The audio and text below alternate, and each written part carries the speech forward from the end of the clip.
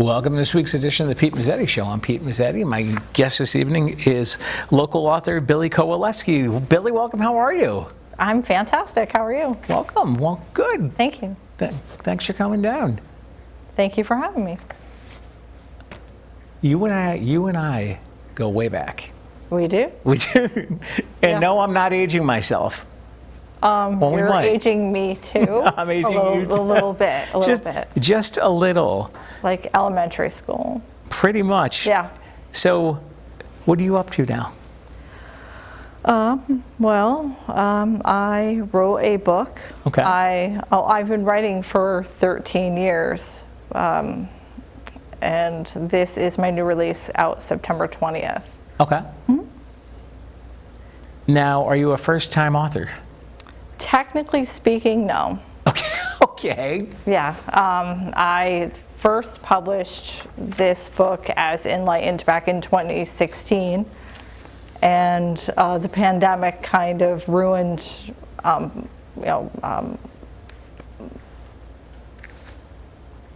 advertising it. Right. Why can't promoting it? Sorry. Publicizing it. Yeah, publicizing it, promoting it, and. I wasn't really happy with Enlightened the way it turned out anyway. Mm-hmm. So I took that opportunity to redo it. Yeah. Because when I was sitting around doing nothing, I figured the pandemic can't last forever. So I took the opportunity to redo it, and it's the way it should have been how it should have been when I published it the first time. Okay. Now that you're an official published author, mm-hmm. How'd you get to this point? Many moons ago. Like the very beginning? Yeah. I had a really active imagination as a little kid. It was annoying to the point where I annoyed kids at school with that. Okay. I know I was constantly telling stories and kids at school were telling me to shut up. Okay. Oh, yeah. I didn't know what to do with any of that. I wasn't a good student. I didn't sit still. I did not color inside the lines. But I knew I constantly had stories in my head all the time, and I was an active reader. Okay. So I would end up in the library, and actually I have a very vivid memory of being at Pearson. Okay. Mm-hmm. And I was in that library, and I was always looking for stories that were in my head at the time, because I didn't think I could write them down back then. Mm-hmm. So I'd look for whatever I was imagining, and I'd find stuff that was close, but there was always this one story in my head that I could never find, and which is now this story. Okay. And I remember asking the librarian, I think I was 10, if there was a story about soulmates, and she laughed at me, and she went, ha, there's no stories about soulmates. And I was confused because I could swear that one existed, and I just kept searching for it, and it got to the point where I had a hard time functioning in everyday life because I could not stop imagining this one particular story. Okay. It was so bad that I ended up just kind of exploding one day, and I started just writing it down. It was April 2010. I started writing it because actually I had a dream about it. And once I started, I just could not stop, and obviously I didn't. It took me a year and a half to write the first draft, and then I started trying to figure out, what do I do with it? Where do I start? What avenues do I take? Then I went to some writers' conferences, and I discovered that the industry was changing. That was at the Unicorn Writers Conference in Portland. I discovered the industry was changing because of Amazon. Right. And it wasn't so much, like, the agents were still there, and the editors and all that, and they were all at that conference, and they were definitely trying to entice you to go that way. But there was this one woman, she said, we're doing self-publishing. It's going to be about social media and You'll be able to make more money and that sort of thing.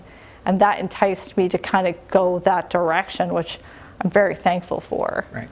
Oh, absolutely. I definitely I'm interested in, I definitely know agents are very good. Mm-hmm. But it wasn't an avenue I really wanted to go with it. So I just kept going. And I definitely attended a lot of classes. I got a lot of critiques done over the years. And then in 2016 is when I published that one final draft of Enlightened. But I had a lot of stuff going on in my life at the time. And I just kind of hurried up and did it.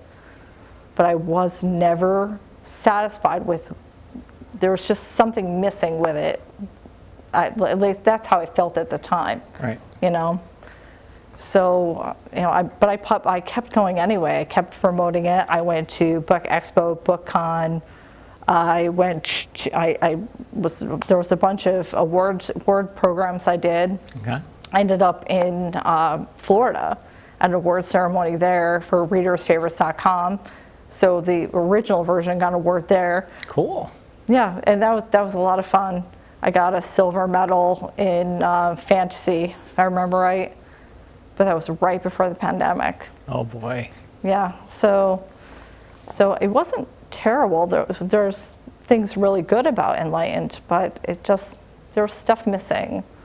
And thanks to this guy, the editor, his name is Sean Fletcher. Okay. He helped me figure out what was missing from the story. Now, let's talk about the book.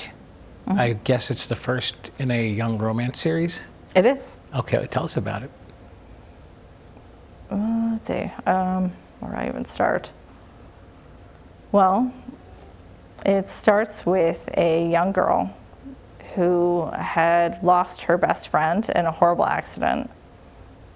And since his death, she's been suffering from this really strange flu-like illness. And with no real rhyme or reason to it. And she does not know why. So the beginning of the book starts off with her deciding, since she has the opportunity to come back to Connecticut, she's going to go talk to him and try to face what had happened in the hopes that it will help her live the rest of her life, because she's quite miserable. Now, what is the title of the book, and how did you come up with the title? Our Lives in Between? Yes. Okay, so that basically plays on what the story is about overall, because it takes place in a different world. So it's based on the idea that maybe our lives right now are not real, and maybe the afterlife is more of a before life. Ah. So Veronica, the girl who is grieving right now at the very beginning of the story, okay, and does not realize she's on the last day of her life, she has no memory of her actual life, what her name is or anything. And it does give you reasons for things that happen in life that you wouldn't necessarily think of. How long have you been working on the project? It started many moons ago. Well, technically I started writing in April of 2010. Okay. But it started in my head when I was probably 5 or 6 years old. Gotcha. Mm-hmm. Now, how did the idea of the book come about? I think there was a few things that played into it. It started when I was a little kid, and I was always imagining these two people. I don't know where it came from or how that part started. Okay. These two people would be like running at each other really fast, a guy and a girl, over the earth, and then they would hate each other, sort of thing. They would find each other. But I didn't know what any of that stuff was when I was a little kid. Right. And then when I was in 4th or 5th grade, I remember being with, I think it was my aunt, and we got on the subject of soulmates, and I don't know how we got it was like I was 10, so I don't remember how we exactly got on the subject.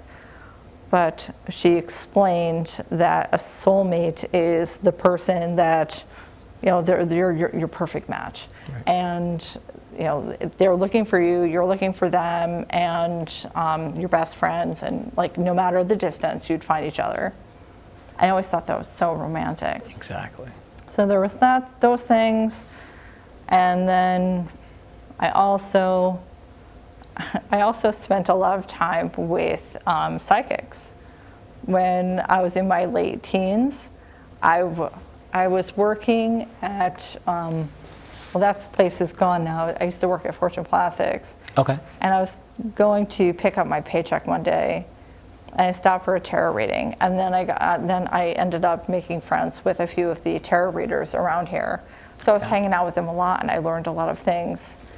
So there's a lot of little things that play into what you end up learning or end up writing about and influence the way you think.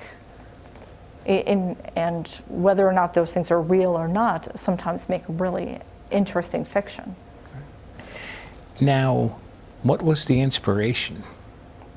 The inspiration for continuing? Yes. Or just writing the book, the story itself? Both. Both?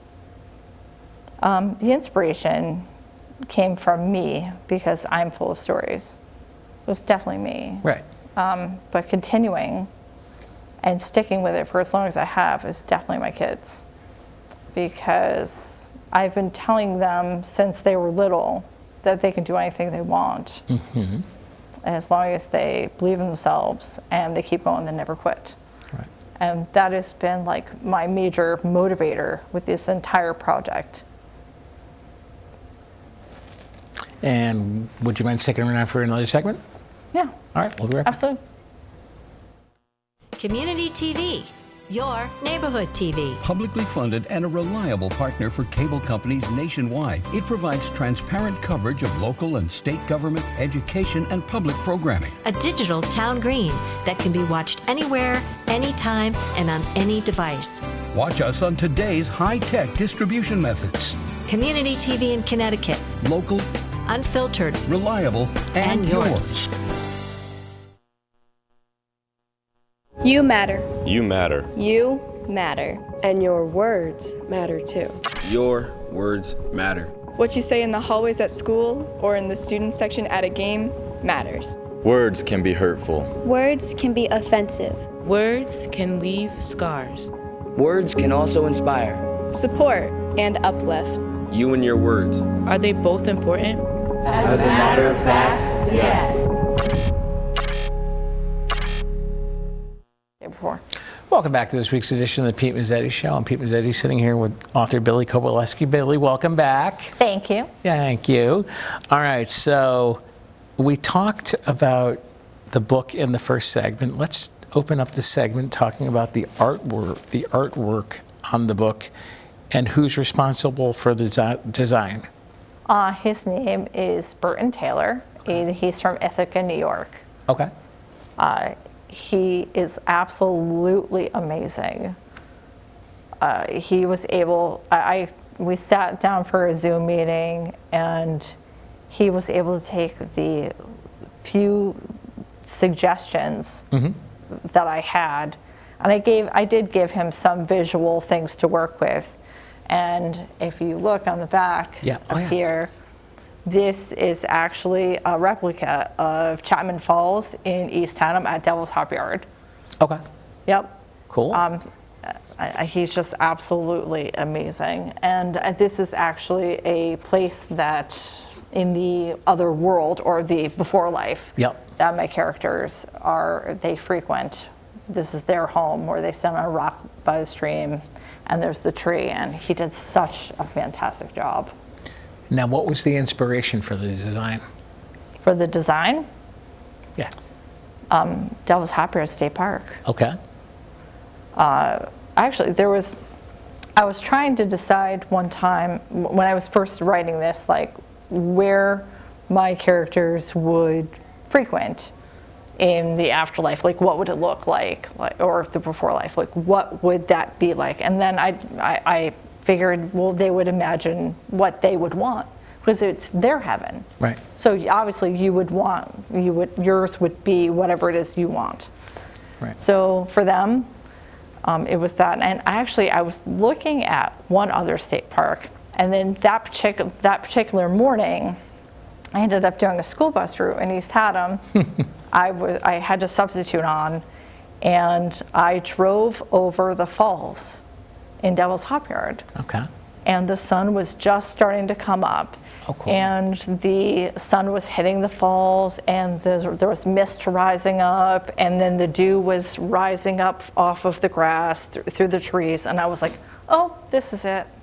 This is where two people could definitely fall in love. So that's what I chose, was that.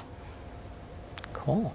All right, now let's plug your website really quick and talk about the other books that are on the website and how you got your inspiration for those as well. It's BillieKowalewski.com. Okay. The other books, those are not on my website. Okay. Right now, it's just Our Lives in Between, because the other two books are about to be redone as well. Ah, okay. Yes. So when I first started publishing books, it was Enlightened, Divided, and Awakened.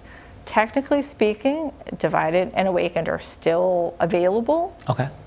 Actually, you could probably even find Enlightened at this point too, because I sold a lot of them. So they're out there, and there's nothing I can do about it. I can't just go knock on people's doors and be like, hey, give me my book back, because right. No. But you know what? The way I was looking at it when I decided to redo this, it's something to learn from. Somebody's going to learn from me and go, you know what? This girl, she published Enlightened and then decided to redo it, and now she has this and she's more successful. You know, maybe I'll inspire other writers like me. Right. You know, so this is something to learn from. So if you find Enlightened somewhere and you read it, and then you read this, you'll see what I did, you see how I evolved, you can evolve too. So that's what Divided definitely is my next project after this, which I've already been thinking about ways to fix it. So, because it's got to match this one, and then Awakened's gonna match the other one. And I think I have enough in my head where there's probably going to be a fourth book. Cool. And then I can work on a new project, which I would really like. There you go. So what does this book mean to you? Oh, God. It's my life. Right. I'm not sure how else to explain that. This character, my lead character, she starts off as Veronica, but her name is Harmony. Okay. And this character has done more for me than people will ever understand. And I wrote one article for a publication online, and it's out there about this subject, and it's very personal, which she kind of saved my life. When I started writing this, I started writing it as just, as something that I really wanted to do, but I was not expecting her to take care of me the way she did. She gave me confidence, determination.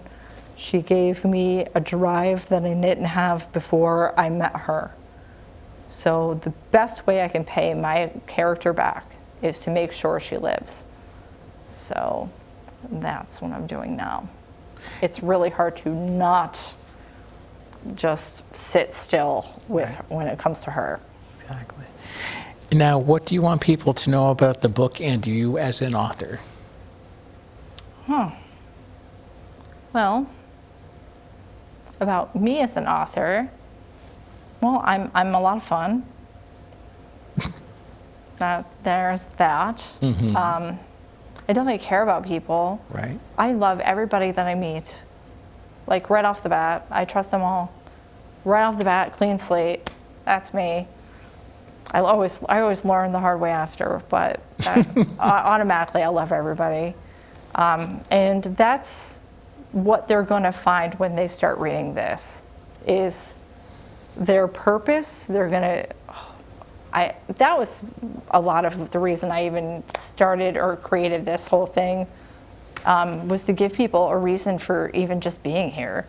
Right. We're always just working, 12 to 14 hours a day, and then we go to bed, and then we're paying bills, and we're doing that all the time. And that's not what life is supposed to be about. No. No, not at all. And that's the overall premise of Our Lives in Between, and Divide and Awaken as well. And now, what was the writing process like? Well, if you went to school and college the proper way, maybe it wasn't as excruciating as mine. I think it's different for everybody. Right. But for me, I dove in with a story idea, and I wrote it with no real direction. And then I had to learn how to find my voice. And there's a lot of online resources, thankfully. And I went to a lot of writers' conferences. There's a lot of them that are very local, and I would be happy to hook people up with any of those resources if they don't know where to turn. There's a lot of it. And that's what I did. I just kept practicing until I knew it was right. Now, speaking of resources, what would you say to somebody if they wanted to consider writing a book? You just sit down and start. Okay. It's really that simple. I've had people come up to me and ask me that question, and when I tell them that, they go, there's always a but coming out of them, and I go, no, you just sit down and you start writing. Write whatever it is you're picturing in your mind at the time, because that's what I started with. Right. Honestly, the picture that I started with was my character going by on her roller skates, blowing a bubble. That's what I started with. Really? That was cool. That was her. That's not in this story. Right. It's actually in Divided. It's in there. Okay. But I had to start somewhere. Right. And then I just kept writing little pieces, what I knew of the story, and then I started piecing them all together. And yeah, I just exploded, and I just kept going. And then when I was done, I read it a few times, and then I went through and I wrote it again. And this is probably a good 10 revisions. Yeah. Wow. But if it's something you love doing, you don't mind. No, absolutely not. And it was also, took me so long because I was doing it around a very full-time job. Right. Yes. Sometimes two jobs. Sometimes. And sometimes 3. Yes. Now, I understand we might have some upcoming events. We do. What do we got? So, Saturday, the September 23rd, I have an event at the Easttown Free Public Library in Moodus from 10 to 1. And I also have a party afterwards from 6 to 11 at Tavern on the Hill in Moodus. So that's one event. And those both have, so if you attend the library event and you plan on attending the party at Tavern on the Hill, right, you'll get a raffle ticket. There's going to be raffle prizes and food. Limited food, though. I only have so much money. Right. So if you're still hungry after what I set out, I'm very, very sorry, but I'm not a millionaire. But so everybody's invited. You can come. Like absolutely. So yeah. So if you go to the library event and you plan on going to the Tavern on the Hill event, you get a raffle ticket. Oh, cool. If you just attend the party and that's all you want to do, you get a raffle ticket for that. If you buy a book, though, you get a bonus raffle ticket. So you could end up getting 3 raffle tickets and still win a prize, or you can just get the 2 raffle tickets. Either way, you're probably going to win some sort of prize. Isn't that cool? Yeah. Absolutely. Yeah. And then I also have October 7th is the Connecticut Book Festival in West Hartford. Okay. That's 10 to 4, if I remember right. And then I will also be at the Renaissance Fair, the Connecticut Renaissance Fair in Lebanon on October 9th. Cool. All day. All day. That one's a blast. I've done that event before. Is that fun? They're sword fighting right in front of me. Like, don't you think that sounds fun? Yeah, Yeah. So I'm not just sitting there bored twiddling my thumbs. There's a sword fight going on, and I just think that's great. And they're looking at you like, okay. No, and they feed me. Yep, and it's 20 minutes from my house, so I can't complain. There you go. There you go. Now, when is the book coming out?